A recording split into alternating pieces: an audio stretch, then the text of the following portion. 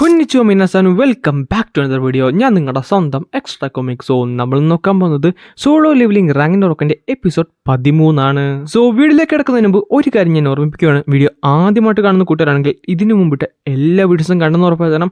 അതേപോലെ തന്നെ നമ്മുടെ പേജ് ഒന്ന് സബ്സ്ക്രൈബ് ചെയ്ത് വെച്ചിട്ടുണ്ടെന്നും എന്തായാലും ഉറപ്പുവരുത്തണം. കാര്യം ഇതുപോലത്തെ ഇൻട്രസ്റ്റിംഗ് ആയ വീഡിയോസ് എല്ലാ ദിവസവും നമ്മൾ ചെയ്യുന്നുണ്ട്. നിങ്ങൾ സബ് ചെയ്താൽ മാത്രമേ അത് നമ്മുടെ പേജിന് ഒരു ഗ്രോത്ത് ഒക്കെ വരത്തുള്ളൂ, നമ്മൾ ഒന്ന് മുകളിലേക്ക് ഉയരത്തുള്ളൂ. അതുകൊണ്ട് ഇപ്പം തന്നെ സബ്സ്ക്രൈബ് ചെയ്ത് വെക്കാൻ മറക്കേ വേണ്ട. അതേപോലെ തന്നെ വീഡിയോ ലൈക്ക് ചെയ്യാനും മറക്കണ്ട. കാര്യം കഴിഞ്ഞ ദിവസം അതായത് ചൊവ്വാഴ്ച മുതൽ ശനിയാഴ്ച വരെയുള്ള എല്ലാ വീഡിയോസിലും 1.5K ലൈക്സിന് മുകളിൽ ലൈക്സ് ഉണ്ടെങ്കിൽ ഞാൻ ഉറപ്പായിട്ടും വരുന്ന ഞായറാഴ്ച 5 ചാപ്റ്റേഴ്സ് എക്സ്പ്ലെയിൻ ചെയ്യുന്നതായിരിക്കും. അങ്ങനെ ചാപ്റ്റർ തുടങ്ങാൻ നേരത്ത് അവൻ പറയുന്നുണ്ട്, നീ പറയുന്നത് സത്യമാണെങ്കിൽ മൊണാർക്ക് ഓഫ് ദി അയൺ ബോഡിയും അവൻ്റെ കൈ കൊണ്ട് മരിച്ചു കാണുമല്ലോ. എന്നിട്ട് അവനെ കാണിക്കുന്നുണ്ട്. ഇത് കാണുന്ന സുഹ മനസ്സിൽ പറയുകയും ചെയ്യും, ഇവൻ്റെ പേര് അമട്ട് എന്നാണ്. അതുമാത്രമല്ല അവൻ പലതവണ മൊണാർക്ക് ഓഫ് ദി അയൺ ബോഡിനെ മെൻഷൻ ചെയ്തിട്ടുണ്ട്. അതിനർത്ഥം ഇവനൊരു അയൺ ബോഡി ടൈപ്പ് മോൺസ്റ്റർ ആയിരിക്കും.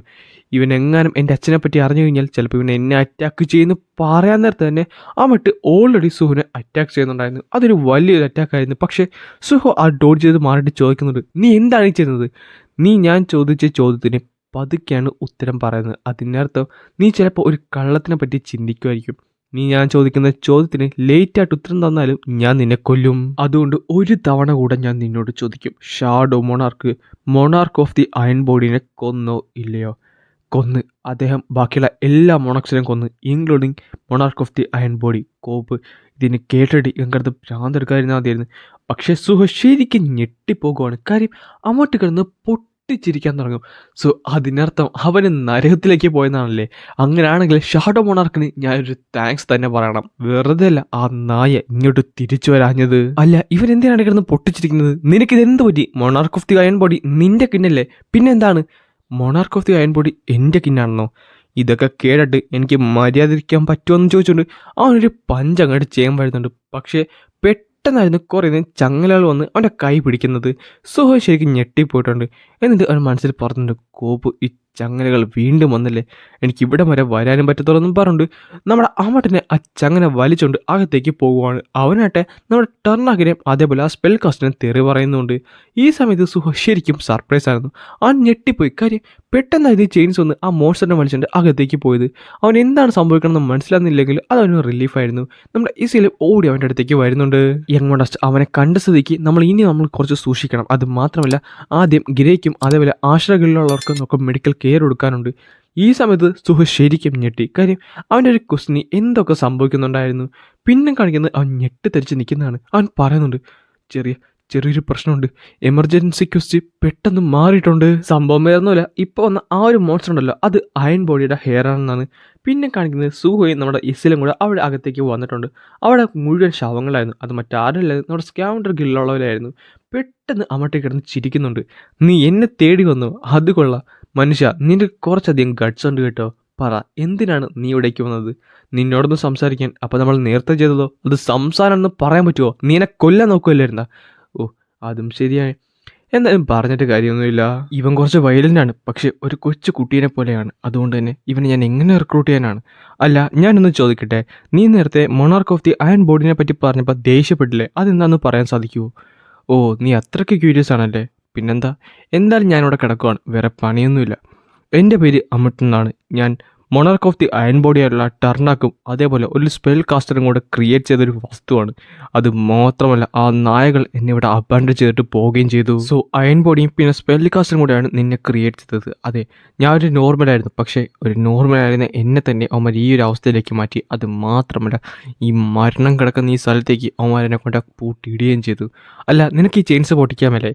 ഈ ചെയിൻസ് മാജിക് കൊണ്ട് ക്രിയേറ്റ് ചെയ്തതാണ്. എനിക്കിത് പൊട്ടിക്കാൻ സാധിക്കും, പക്ഷേ ഒരു നിശ്ചിത അകലം കഴിയുന്നിടത്ത് അത് വീണ്ടും റീഅപ്പിയർ ആകും. എന്നെ ഇവിടെ വീണ്ടും കൂടെ തടവിലിടുന്നതായിരിക്കും. അതുകൊണ്ട് തന്നെ ആ ടർണാക്ക് നായനെ, ആ ഒരു സ്പെൽ കാസ്റ്ററിനെ ഞാൻ എൻ്റെ ജീവിതത്തിൽ പൊറുക്കത്തില്ല.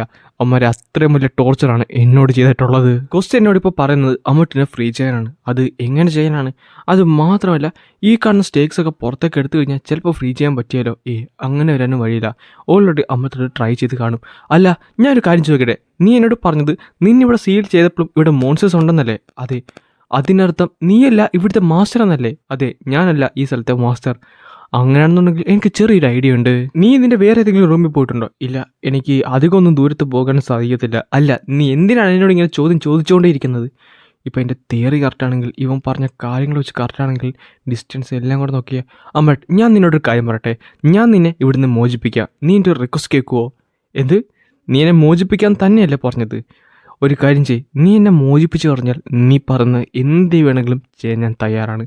നീ പറയുന്ന എന്തും. പക്ഷേ ഒരു കാര്യം ഞാൻ പറഞ്ഞേക്കാം, നീ ഇത് വേറെ തമാശയായിട്ടാണ് പറയണമെങ്കിൽ നിനക്കറിയല്ല എന്തായിരിക്കും സംഭവിക്കാൻ പോകണമെന്ന്. നീ കിടന്ന് ബഹളം വെക്കാതെ ഞാൻ പറയുന്ന കേൾക്ക്. ഞാൻ ഈ ഡഞ്ചൻ കൊളാപ്സ് ചെയ്യാൻ പോകുവാണ്. അത് കഴിയുമ്പോൾ ചിലപ്പോൾ നിനക്ക് ഇവിടുന്ന് രക്ഷപ്പെടാൻ പറ്റുമായിരിക്കും. കാര്യം സ്പെൽ കാസ്റ്റർ വെച്ച് സ്പെല്ല് വെച്ച് നോക്കാൻ നേരത്ത് നിനക്ക് ഇവിടുത്തെ ഡഞ്ചൻ മാസ്റ്ററിനെ കൊല്ലാൻ പറ്റാത്ത രീതിയിലാണ് സെറ്റാക്കിയിട്ടുള്ളത്. അതുകൊണ്ട് തന്നെ ഈ ഡഞ്ചൻ കൊളാപ്സ് ചെയ്ത് കഴിഞ്ഞാൽ ചിലപ്പോൾ നിനക്ക് ഫ്രീ ആകാൻ പറ്റിയാലോ. ഇത് കേൾക്കുന്ന അവൻ ഒന്നും മിണ്ടുന്നില്ലായിരുന്നു. അവൻ എന്താണ് സംഭവിക്കണമെന്ന് മനസ്സിലാകുന്നില്ലായിരുന്നു. പക്ഷേ കുറച്ച് നേരം മിണ്ടായിരുന്നുണ്ട് അവൻ മനസ്സിലാലോചിക്കുന്നുണ്ട്. ഇവൻ പറഞ്ഞത് വെച്ച് നോക്കാൻ നേരത്ത് ഈ കണ്ണ സ്റ്റേക്സിന് അവരുടെ പർപ്പസ് നഷ്ടപ്പെട്ട് കഴിഞ്ഞാൽ അവർക്ക് പിന്നെ എന്നെ പിടിച്ചു വെക്കാൻ സാധിക്കത്തില്ല. എന്നിട്ട് അവൻ പൊട്ടി ചിരിച്ചുകൊണ്ട് പറയുന്നുണ്ട്, നിൻ്റെ ഐഡിയ എനിക്ക് വല്ലാണ്ട് ഇഷ്ടപ്പെട്ടു. പിന്നെ കാണിക്കുന്നത് നമ്മുടെ ബെറൂനാണ്. ബെറുവായിട്ട് അമ്മട്ടിൻ്റെ തലയുടെ ചുറ്റിനും കിടന്ന കറയും കൊണ്ടിരിക്കുകയാണ്. അവൻ പറയുന്നുണ്ട്, യങ് മോണാർസ് എന്നെ എന്തിനാണ് ഈ അൺസിവിലൈസ്ഡ് റെപ്റ്റൈലിനെ ഇവിടെ പെടുത്തിയത്? അപ്പം പറയുന്നുണ്ട്, ഒന്ന് മിണ്ടാതിരിക്കോടാ ഫ്രൂട്ട് ഫ്ലൈ.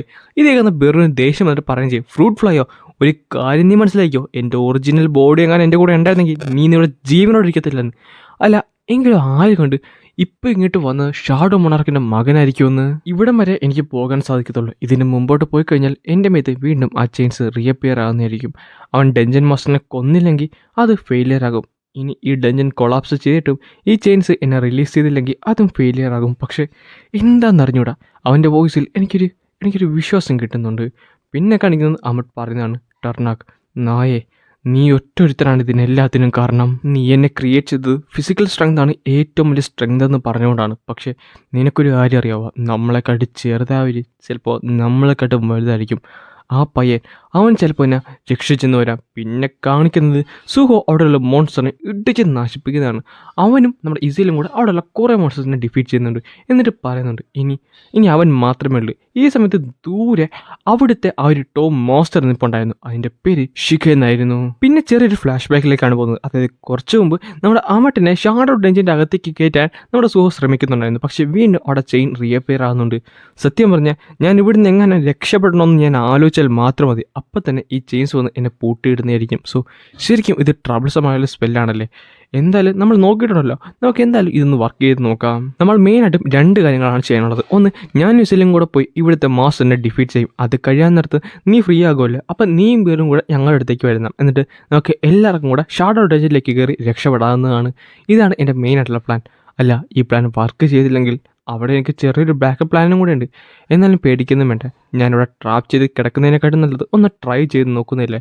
പിന്നെ കാണിക്കുന്നത് ഷിഖ എന്ന് പറഞ്ഞ ആ ഒരു മോൺസ്റ്റർ ഒരു അറ്റാക്ക് അങ്ങോട്ട് ചെയ്യുന്നതാണ്. സുഹുവിൻ്റെ നേരെയായിരുന്നു ആ ഒരു അറ്റാക്ക് വന്നുകൊണ്ടിരുന്നത്. പക്ഷേ സുഹു ഒന്നും നോക്കാതെ ഡയറക്റ്റ് നേർ ചെന്ന് ആ ഒരു അറ്റാക്ക് നശിപ്പിക്കുന്നുണ്ട്. പക്ഷെ പെട്ടെന്ന് അത് സാൻഡ് അറ്റാക്ക് ആയതുകൊണ്ട് തന്നെ അത് വീണ്ടും സുഹുവിൻ്റെ ചുറ്റിനും കയറി അവനെ പിടിച്ചു വെക്കുന്നുണ്ട്. ഇവൻ്റെ പേര് ഷിഖ എന്നാണ്. പക്ഷേ എനിക്ക് അവൻ്റെ അടുത്തേക്ക് പോകാൻ പോലും പറ്റുന്നില്ല ഈ സാൻഡ് കാരണം. അവൻ്റെ പേരും റെഡ് കളറിലാണുള്ളത്. അതിനർത്ഥം അവനൊന്നെങ്കിൽ ഒരു എയർ റാങ്ക് തന്നെയായിരിക്കും. ഞാൻ ഇങ്ങനെ പോയി കഴിഞ്ഞാൽ എൻ്റെ മാന വേസ്റ്റ് ആകത്തേ ഉള്ളൂ. ഞാൻ എന്തെങ്കിലും വഴി കണ്ടുപിടിച്ചാൽ പറ്റത്തുള്ളൂ. പെട്ടെന്നാണ് ഇസിൽ അവിടേക്ക് വന്നിട്ട് പുള്ളിക്കാരുടെ ആ ഒരു വെപ്പൺ ദൂരത്തേക്ക് എറിയുന്നത്.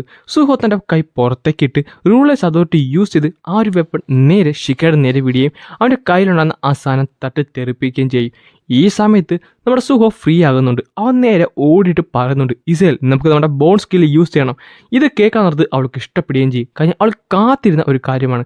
അതുകൊണ്ട് തന്നെ ഞാൻ എൻ്റെ ഫുൾ പവർ യൂസ് ചെയ്ത് എൻ്റെ ബോൺ സ്കില്ല് യൂസ് ചെയ്യുന്ന പറഞ്ഞുകൊണ്ട് ആ സ്കില്ല് അങ്ങോട്ട് യൂസ് ചെയ്യുന്നുണ്ട്. ഈ സ്കില്ല് ചാർജ് ആകണമെന്ന് പറയുന്നത് മോൺസ്റ്റേഴ്സിനെ കൊല്ലാൻ നേരത്താണ്. ഇവിടെ ഓരോ മോൺസ്റ്റേഴ്സിനെ കൊല്ലാൻ നേരത്ത് ഇത്ര ശതമാനം വെച്ച് ആ സ്കില്ല് ചാർജ് ആകുന്നുണ്ട്. അത് മാത്രമല്ല എല്ലാ ദിവസവും ഡെയിലി ക്വസ്റ്റ് ചെയ്തുകൊണ്ട് കുറേയധികം ഗോബ്ലിൻസിനെ കൊന്നുകൊണ്ട് ഇപ്പം നന്നായിട്ട് ചാർജ് ആയിട്ടുണ്ട്. അങ്ങനെ ആ പവർ എല്ലാം കൂടെ നമ്മുടെ സുഹുവിൻ്റെ അടുത്തേക്ക് ചെല്ലുന്നുണ്ട്. അവൻ ആ പവറുമായിട്ട് നമ്മുടെ ഷിഖയുടെ നേരെ ചെല്ലാൻ നേരത്ത് അവൾ ബോധം കെട്ട് താഴത്തേക്ക് വീഴുന്നുണ്ട്. അവൾ പറയുന്നുണ്ട്, ഞാൻ ഇതുവരെ എൻ്റെ യങ് മൊണാർച്ചിൻ്റെയൊക്കെ എൻ്റെ പത്തിരി സൈഡ് മാത്രമേ കാണിച്ചിട്ടുള്ളൂ. ഞാൻ ഇതുവരെ പുള്ളിക്കാരന് ഒരു ഉപയോഗം ഉണ്ടായിട്ടില്ല. ഈ സ്കില്ലെങ്കിലും എൻ്റെ ബോൺ സ്കില്ലെങ്കിലും പുള്ളിക്കാരനൊന്ന് ഹെൽപ്പ് ചെയ്താൽ മതി എന്ന് പറയുന്നത് ഷിഖ സുഹയുടെ നേരെ ഒരു അറ്റാക്കിന് വരുന്നുണ്ട്. പക്ഷേ സുഹയായിട്ട് അത് ഡോഡ്ജ് ചെയ്തിട്ട് തിരിച്ചൊരു അറ്റാക്ക് ചെയ്യാൻ വേണ്ടി പോകും. കറൻലി അവളുടെ ബോൺ സ്കില്ലിൻ്റെ പെർസെൻറ്റേജ് 67%. എന്നിട്ട് സുഹോ ഫുൾ പവർ യൂസ് ചെയ്ത് ഒരു പഞ്ചങ്ങാട് ഷിഗഡ വൈറ്റ് ഇത് ചെയ്യുന്നുണ്ട്. അടുത്ത സെക്കൻഡ് തന്നെ ആ ഒരു മോൺസ്റ്റർ പൊട്ടിത്തെറിച്ച് അതിനെ കൊന്നു കളയുന്നുണ്ട്. അമ്മട്ടൻ ഒരു കാര്യം മനസ്സിലായി, അതായത് ഡെഞ്ചൻ കൊളാപ്സ് ചെയ്യാൻ പോയായിരുന്നു. അവൻ പറയുന്നുണ്ട് സോ അവർ ആ എനിമീനെ ഡിഫീറ്റ് ചെയ്തല്ലേ. ഈ സമയത്ത് അവിടെ ഉണ്ടായിരുന്ന ആ ഒരു സ്റ്റേക്സ് ഒക്കെ ഒരു താഴത്തേക്ക് വീഴുന്നുണ്ട്. അമ്മട്ടിൻ്റെ മനസ്സിലായി എന്തെങ്കിലും വഴിയുണ്ടെന്ന്. അപ്പോൾ ബെറു പറയുന്നുണ്ട് അമ്മട്ട് എൻ്റെ പുറകെ വാ. ഈ സമയത്ത് പുള്ളിക്കാരൻ നടക്കുന്നുണ്ടെങ്കിലും പറയുന്നുണ്ട് ചെയിൻസ് എൻ്റെ പുറകെ വരുന്നില്ല. ഞാൻ ശരിക്കും ഫ്രീ ആയോ? സത്യം പറഞ്ഞാൽ എനിക്കൊരു ഐഡിയ പോലും ഇല്ല. ടർനാക്കോ സ്പെൽകാസ്റ്ററും എന്തിനാണ് എന്നെ പോലെ ഒരു നോർമൽ ഡീമൻ്റെ മേത്ത് ഇത്രയും വലിയ എക്സ്പീരിയൻസ് ചെയ്തതെന്ന് എനിക്കറിഞ്ഞൂടാ. എൻ്റെ മെമ്മറീസ് എല്ലാം ഡിസ്ട്രോയ് ചെയ്യും. എനിക്കൊന്നും തന്നെ ഓർമ്മയില്ലായിരുന്നു. പക്ഷേ ഒരു കാര്യം എനിക്ക് ഉറപ്പായിരുന്നു, ഓരോ തവണ ടർനാക്കോ എൻ്റെ ബോഡി ഡിസ്ട്രോയ് ചെയ്യാൻ നേരത്ത് ആ സ്പെൽകാസ്റ്റർ അത് റിസ്റ്റോർ ചെയ്യും. ഞാൻ എത്രത്തോളം വേദന സഹിച്ചെന്ന് എനിക്ക് മാത്രമേ അറിയാവുള്ളായിരുന്നു. ആ സഫറിങ്ങിലും വേദന കൊണ്ട് പൊളഞ്ഞ ആ സമയത്ത് എൻ്റെ മനസ്സ് പിടിച്ച് മുന്നോട്ട് കൊണ്ടുപോയത് ഒരേ ഒരു കാര്യമാണ്, അത് ഒരേ ഒരു ആഗ്രഹമാണ്. ആ നേച്ചർ ഞാൻ കുട്ടിയായിരുന്നപ്പോൾ കണ്ട ആ ഒരു നേച്ചർ എനിക്ക് ഒന്നുകൂടെ ഫീൽ ചെയ്യണം. അങ്ങനെ അവൻ വീണ്ടും കാലെടുത്ത് മുന്നോട്ട് വെക്കുന്നുണ്ടെങ്കിൽ പെട്ടെന്നാണ് പുറകിൽ കൂടെ ഒരു സാധനം വന്ന് നമ്മുടെ അമ്മട്ടിൻ്റെ മേത്തടുക്കായിരുന്നു. അത് ആ സ്റ്റേക്സ് ആയിരുന്നു. വെറും ഞെട്ടിപ്പോകുന്നുണ്ട്. അമ്മട്ട് പറയുന്നുണ്ട് കോപ്പ് ഇപ്പോൾ സ്റ്റേക്സ് എൻ്റെ പുറകെ വരുവാണല്ലേ. അങ്ങനെ ദേഷ്യം വന്നിട്ട് അവൻ കിടന്ന് കാറുന്നുണ്ട്. കാര്യം അവിടെയുള്ള എല്ലാ സ്റ്റേക്സും ഇപ്പോൾ നമ്മുടെ അമ്മട്ടിൻ്റെ നേരെയാണ് വന്നുകൊണ്ടിരിക്കുന്നത്. അവൻ പറയുന്നുണ്ട് നിനക്കൊക്കെ എന്നെ കൊന്നാ പോരെന്ന് പറയുന്ന സെക്കൻഡിൽ തന്നെ നമ്മുടെ സുഹോ അവിടേക്ക് വന്ന് അവിടെയുള്ള 2 സ്റ്റേക്സ് തട്ടി ദൂരത്തേക്ക് ഇടുന്നുണ്ട്. പക്ഷേ സുഹോയ്ക്ക് അതൊട്ടും തന്നെ പറ്റുന്നില്ലായിരുന്നു. കാര്യം അവൻ്റെ കാലിൽ എല്ലാം പൊട്ടാൻ തുടങ്ങി. അവൻ നന്നായിട്ട് വേദനിക്കുന്നുണ്ടായിരുന്നു. ആ സ്റ്റേക്സ് തിരിച്ചു വരുന്നുണ്ടായിരുന്നു. അപ്പോൾ സുഹോ പറയുന്നുണ്ട് എനിക്കിതിനെ ഒന്നും തന്നെ ചെയ്യാൻ സാധിക്കുന്നില്ല. പക്ഷേ ഒരു കാര്യം ഉറപ്പാണ്, ഇതിനെ എനിക്ക് മറ്റൊരു സ്ഥലത്തേക്ക് ആക്കാൻ പറ്റുമെന്നും പറഞ്ഞുകൊണ്ട് അതിനെ എല്ലാം തട്ടി നമ്മുടെ ഷാഡോ ഡഞ്ചനിൽ പല ഭാഗത്തേക്ക് അവൻ വിടുന്നുണ്ട്. പക്ഷെ അമ്മട്ടിന് അവൻ്റെ കണ്ണുകൾ വിശ്വസിക്കാൻ സാധിക്കുന്നില്ലായിരുന്നു. സങ് സുഹോ, നീ എന്തിനാണ് ഇതൊക്കെ ചെയ്യുന്നത്?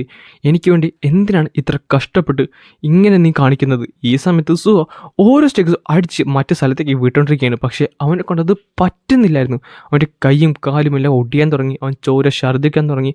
അവൻ്റെ ബോൺസിന് താങ്ങാൻ പറ്റുന്നതിനും അപ്പുറമായിരുന്നു. അങ്ങനെ പെട്ടെന്ന് അമ്മട്ട് വന്ന് സുഹോനെ രക്ഷിക്കുന്നുണ്ട്. എന്നിട്ട് പറയുകയും ചെയ്യും എനിക്കിപ്പോഴാണ് ഒരു കാര്യം മനസ്സിലായത്, എന്തുകൊണ്ടാണ് ബാക്കിയുള്ള മൊണാക്സൊക്കെ ഷാഡോ മൊണാർക്കിൻ്റെ ഫ്രണ്ടിൽ മരിച്ചു പോയതെന്ന്. സങ് സുഹോ, നമ്മുടെ അവസാന നിമിഷം, ഈ ഒരു അവസാന സ്ട്രഗിൾ ഞാൻ എൻ്റെ എല്ലാം തന്നെ നിനക്ക് തരുവാണ് യങ് മൊണാർച്ച് എന്ന് പറഞ്ഞുകൊണ്ട് അവർ രണ്ടുപേരും ആ സ്റ്റേക്സ് ആയിട്ട് ഫൈറ്റ് ചെയ്യാൻ റെഡി ആയിട്ട് നിന്ന് കിടന്ന് ബഹളം വെക്കുന്നുണ്ട്. അങ്ങനെ നമ്മുടെ ഈ സെൽ കണ്ണ് തുറക്കുന്നുണ്ട്. അവൾ കണ്ണ് തുറക്കാൻ നേരത്ത് നമ്മുടെ ബെറു അവിടെ ഉണ്ടായിരുന്നു. അവൾ കിടന്ന് കാറുന്നുണ്ട് യങ് മൊണാർച്ച് എന്നെ പറ്റി, ഞാൻ അദ്ദേഹത്തിൻ്റെ കൂടെ ഉണ്ടായിരുന്നു, പക്ഷെ എൻ്റെ ബോധം പോയി എന്ന് പറഞ്ഞുകൊടുക്കുന്നത് ബഹളമൊക്കെ ആയിരുന്നു. ബെറു പറയുന്നുണ്ട് ഒന്ന് മിണ്ടാതിരി, നീ അങ്ങോട്ട് നോക്കിക്കേ. അപ്പോൾ അവൾ അങ്ങോട്ട് നോക്കുന്നുണ്ട്. അത് കഴിയുമ്പോൾ അവൾക്ക് സത്യം പറഞ്ഞാൽ സന്തോഷമായി. പിന്നെ കാണുന്നത് നമ്മുടെ സുഹോനാണ്. സുഹോനായിട്ട് നമ്മുടെ അമ്മട്ട് അവൻ്റെ മടിയിൽ പിടിച്ച് വെച്ചുകൊണ്ട് അവർ രണ്ടുപേരും കൂടെ ഒരു സ്ഥലത്ത് നിന്ന് റെസ്റ്റ് എടുത്തുകൊണ്ടിരിക്കുകയാണ് ഷാഡോ ഡഞ്ചൻ്റെ അകത്ത് നിന്ന്. അങ്ങനെ 2 ക്വസ്റ്റാണ് പുള്ളിക്കാരൻ ഇവിടെ കംപ്ലീറ്റ് ചെയ്തിട്ടുള്ളത്. മറ്റൊന്നുമല്ല, ഒന്ന് അയൺ ബോർഡിൻ്റെ ഹെയറിനെ പുള്ളിക്കാരൻ ടീമേജ് ആക്കി മാറ്റി. അത് മാത്രമല്ല ആ ഒരു അർജൻറ്റ് ക്വസ്റ്റ്യൻ കംപ്ലീറ്റ് ചെയ്തു. പിന്നെ കാണിക്കുന്നത് നമ്മുടെ ചെയർമാനാണ്. പുള്ളിക്കാരൻ പറയുന്നുണ്ട് ഹണ്ടർ സങ് ജിൻവുവിൻ്റെ ആ ഒരു ഡിസപ്പിയറൻസ് കാരണം എന്തൊക്കെ ഇവിടെ സംഭവിക്കുന്നുണ്ട്. ഹണ്ടേഴ്സ് വീണ്ടും വന്നു, ഗേറ്റ്സ് വീണ്ടും വന്നു. ആ ഒരു പണ്ടത്തെ മെമ്മറി ഉള്ളതുകൊണ്ട് മാത്രമാണ് എനിക്കിവിടെ ഇതെല്ലാം പിടിച്ചു നിർത്താൻ സാധിച്ചത്. പക്ഷേ എന്താണെന്ന് മനസ്സിലാകുന്നില്ല. എന്നാൽ കഴിഞ്ഞ പ്രാവശ്യത്തെ പോലെ മറ്റൊരു പ്രശ്നം ഇവിടെ വന്നിട്ടുണ്ട്. അതാണ് സ്റ്റാർ ഡസ്റ്റ്. ഈ സ്റ്റാർ ഡസ്റ്റ് കഴിഞ്ഞ വെള്ളയില്ലായിരുന്നു. അതെന്തായാലും ഇതിവിടെ ഒരു വലിയ പ്രശ്നം തന്നെ ഉണ്ടാക്കും. എനിക്കൊരു കാര്യം മനസ്സിലായിട്ടുണ്ട്. ഇപ്പോൾ ആ ഗ്രീം റീപ്പർ ഗിൽഡിലെ ആ ഒരു വൈസ് ചെയർമാനായിട്ടുള്ള ലീ മിൻസങ് ആണ് ഇതെല്ലാം ചെയ്തിട്ടുള്ളത്. അവൻ എങ്ങനെയെങ്കിലും പൂട്ടിയേ തീരൂ. പക്ഷേ എനിക്ക് മനസ്സിലാകുന്നില്ല അവൻ എങ്ങനെ ഇത്രയധികം കേപ്പബിളായിട്ട് മാറിയത്. കഴിഞ്ഞ വേൾഡിൽ അവൻ ഇത്രയും കേപ്പബിൾ പോലും അല്ലായിരുന്നു. അങ്ങനെ അവനൊരു കോൾ വരുന്നുണ്ട്. ആ കോൾ എടുക്കുകയും ചെയ്യും. അല്ല എന്തു പറ്റി, നീ കുറേ റെയറായിട്ടാണല്ലോ എന്നെ വിളിക്കാറുള്ളത്. അത് എന്നോട് ക്ഷമിക്കുക അസോസിയേഷൻ ലീഡർ, എനിക്ക് പെട്ടെന്ന് വിളിക്കാൻ കാരണമുണ്ട്. അല്ല എന്തു പറ്റി, എന്തെങ്കിലും പ്രശ്നമുണ്ടോ? അത് പിന്നെ എനിക്ക് ഹണ്ടർ അസോസിയേഷൻ്റെ ഒരു ഹെൽപ്പ് വേണം. ഞങ്ങളുടെ ഹെൽപ്പോ? അതെ, എൻ്റെ നെഫ്യൂ അവനൊരു ഹണ്ടറായിട്ട് അവേക്കണമായിരുന്നു. അവനിപ്പോൾ ഒരു ഗേറ്റിൽ പെട്ട് കിടക്കുകയെന്നും പറഞ്ഞുകൊണ്ട് നമ്മുടെ ജിൻ ഹോ കിടന്ന് കരയുവാണ്. അപ്പോൾ അവൻ തിരിച്ച് ചോദിക്കുന്നുണ്ട് നിൻ്റെ നെഫ്യൂ എന്ന് പറയാൻ നേരത്ത് നീ പറയുന്നത് സുഹോനെ പറ്റിയാണെന്നാണ് നമ്മുടെ വൂ ചോദിക്കുന്നത്. അങ്ങനെയാണ് ഈ ഒരു ചാപ്റ്റർ ഇവിടെ അവസാനിക്കുന്നത്.